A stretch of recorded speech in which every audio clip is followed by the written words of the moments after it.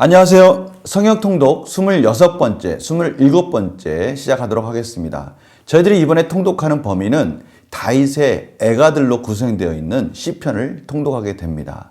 다윗이 여러 가지 많은 어려움과 환난 속에서 하나님께 부르짖었던 내용들, 또 자신이 죄를 짓고 나서 회개하며 하나님 앞에 용서를 구하는 그러한 구속의 은혜에 감사하는 노래들, 이런 것들을 저희들이 이번에 통독하게 됩니다.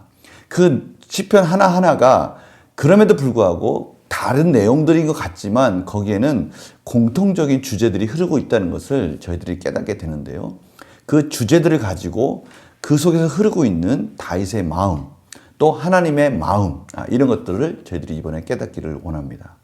그 시편들을 다 보기 전에 먼저 이 시편이 크게 5권으로 랍비들이 묶어놨는데요. 그 내용들을 잠깐 보고 전체적인 시편의 틀들을 보고 그것을 좀 좁혀서 다윗의 시편들을 저희들이 좀 같이 나누도록 하겠습니다. 시편은요, 크게 5권으로 구성되어 있습니다. 시편을 크게 5권으로 랍비들은 구분을 하고 있습니다.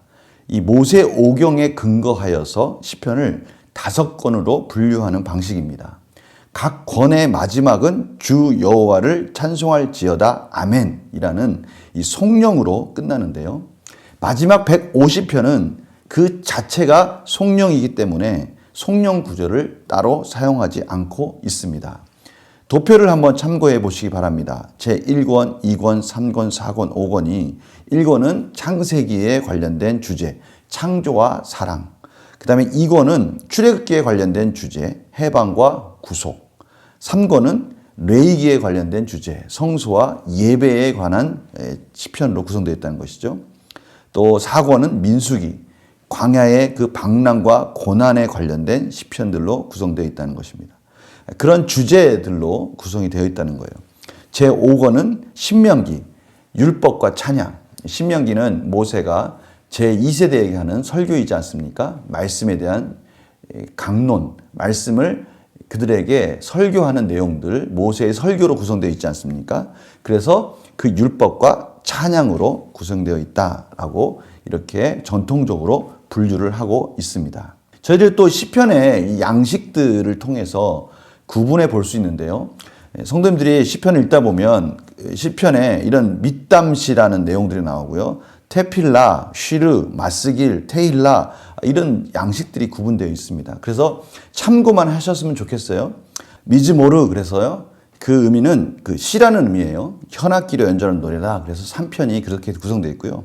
또 뭐 다윗의 시가yon, 그래가지고 7편이 그렇게 이름이 붙어 있습니다. 표제에 슬픔의 노래, 또 애통의 노래, 이런 의미가 있습니다. 또 밑담시라고 그래서요.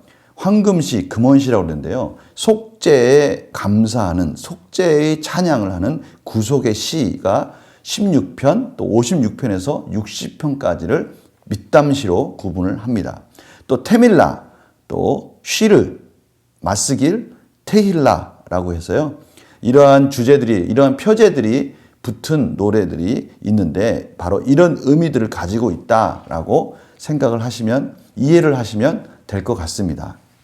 그래서 시에 대해서 여러 가지 분류와 또 양식에 따른 분류를 저희들이 잠깐 봤고요. 시편에 열의 주제가 등장하는데요. 공통적인 주제는 예배입니다. 예배. 하나님께 예배 드리는 과정 속에 이 시편을 통해서 하나님께 찬양하는 거죠. 하나님은 당신이 어떤 분이신지, 무슨 일을 해오셨는지, 무슨 일을 하실 것인지에 대해 찬양을 받으시기에 합당한 분이시기 때문에 예배 가운데 이 시편을 통해서 하나님을 찬양하는 것입니다. 그래서요, 이 공통된 주제인 이 예배를 할 때 이 다양한 시편들이 어떻게 하나님을 찬양할까라는 부분을 별미 성경 여행에서는 이렇게 설명하고 있습니다. 시편을 수세기에 걸쳐 지어진 성당에 비유하기도 한다.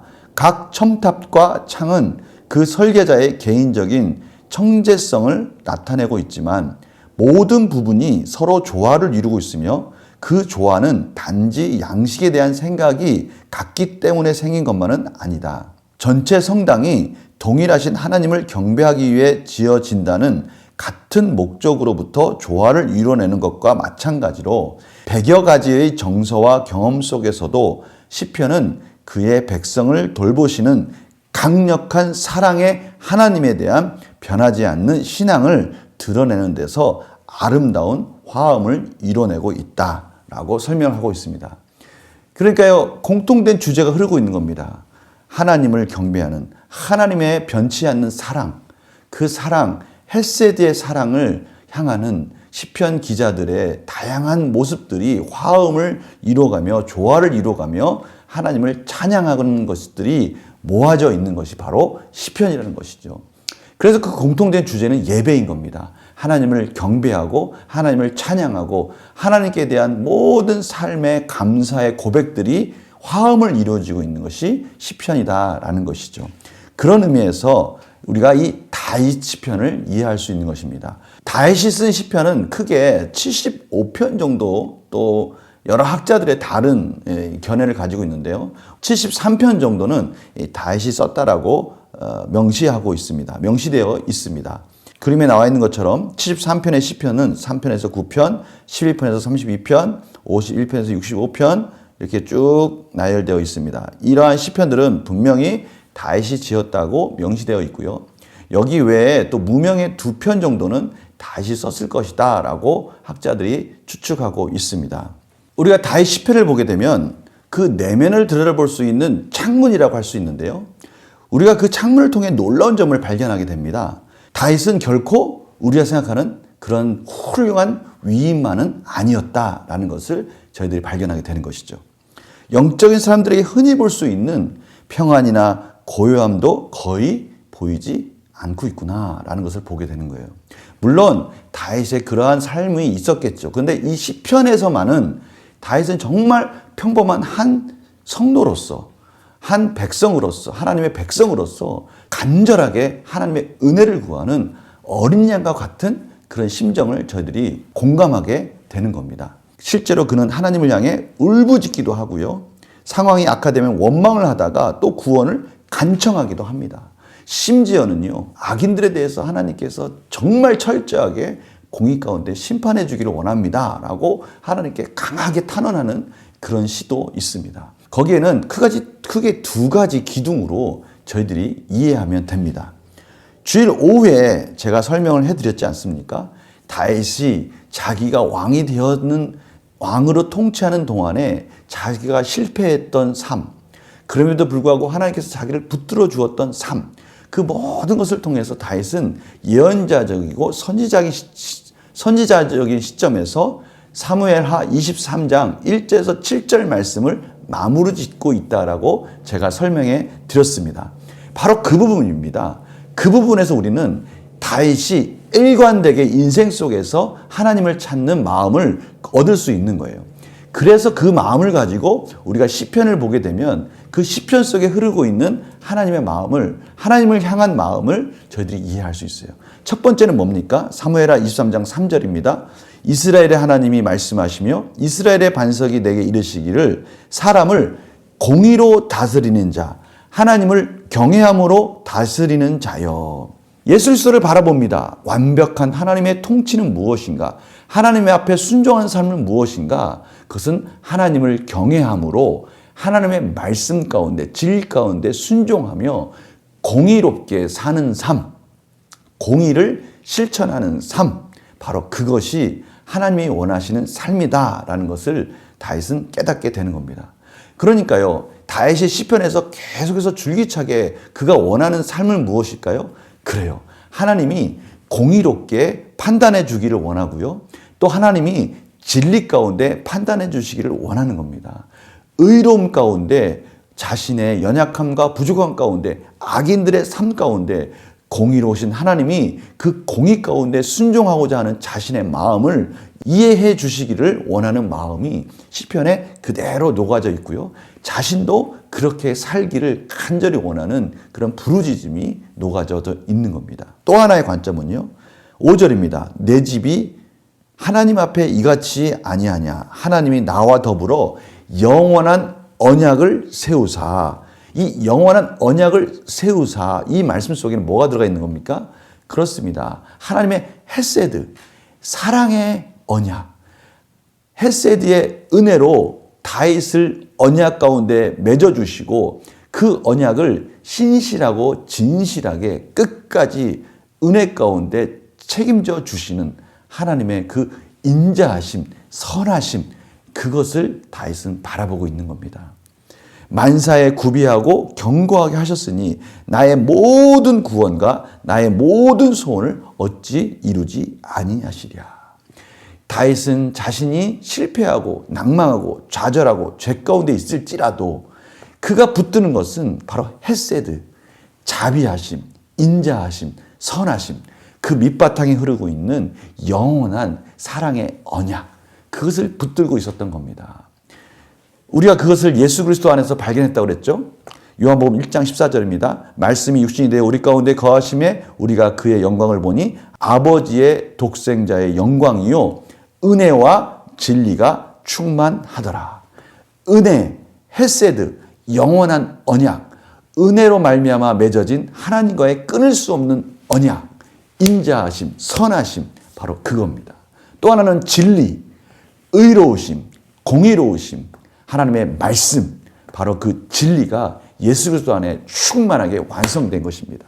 다윗은 바로 그것을 바라보는 거예요. 선지자적인 시점에서, 아니 지금 자신의 삶 속에서 그러한 두 진리가, 두 기둥이 이루어지길 원하고요, 완성하길 원하고요, 다윗이 사는 것에 있어서 다윗의 삶 속에서 그것이 자신의 삶을 받쳐주고 있다는 것을 그는 깨닫게 되는 거예요. 그 마음을 시편에서 그대로 녹여서 하나님께 찬양하고 있는 겁니다. 그래서요, 우리가 이번에 시편을 통독할 때 이러한 단어들이 나오면 동그라미를 쳤으면 좋겠어요.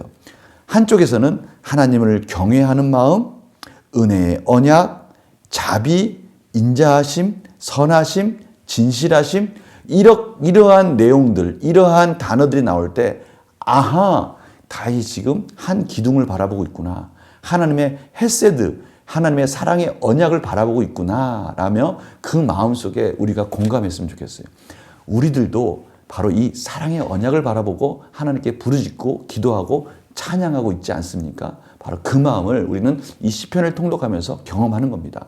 또 하나의 기둥이 있습니다. 그것은 공의로움, 정의, 의로움, 의인의 삶, 진리, 또 그러한 것을 지키려고 하는 정직, 이런 것들이 또 한편에 흐르고 있는 겁니다. 그래서 다윗은 한편에서 계속해서 하나님의 공의로움이 실천되게 하여 주시옵소서, 이루어지게 하여 주시옵소서. 저는 그 공의로움이 이루어짐을 통해서 구원받기를 원합니다. 악인들이 아무리 하나님을 경외하지 않고 그런 악인 가운데 살지라도 하나님의 공의가 언젠가는 저를 구원해 줄 줄 믿습니다. 하나님의 인자하심, 진실하심, 영원한 언약이 저를 구원해 줄 줄 믿습니다. 이러면서 하나님께 끊임없이 시편의 찬송을 통해서, 탄원시를 통해서, 애가를 통해서 하나님께 부르짖으며 구원을 외치고 있는 겁니다. 이 부분을 우리가 발견하는 거예요. 그래서요, 구원과 관구의 근거, 악인을 향한 탄원의 근거가 바로 이 두 기둥을 근거로 해서 지속적으로 하나님께 부르짖으며 노래하고 있다는 것을 저희들이 발견하게 되는 겁니다. 성도님들, 너무나 흥미로울 거예요. 이 두 기둥을 가지고, 이 두 기둥의 뿌리를 가지고 한번 시편을 통독해 보시기 바랍니다. 그러면 그곳에서 흐르고 있는, 다윗이 바라보고 있는 하나님의 사랑, 그리고 또 한편에 하나님의 진리, 하나님의 은혜, 하나님의 그 진리의 말씀, 공의로움, 그것이 어떻게 계속해서 흐르고 있고, 그것이 사무엘 상하를 마무리 짓고, 그 마무리 짓는 그 두 기둥이 어떻게 아름다운 찬양으로 녹아져 있는지를 저희들이 보게 되는 것이 참으로 흥미로운 이번 주의 통독의 내용이 될 것입니다. 이번 주는요, 또 시간도 짧고요, 그 짧은 시간 동안에 시편을 충분히 음미할 수 있는 즐거운 통독이 될 것 같아요. 이번 한 주 통독 가운데 하나님 놀라우신 은혜를 경험하는 우리 성도님들의 삶이 되기를 간절히 축원합니다. 우리 다음 시간에 또 뵙겠습니다. 안녕히 계세요.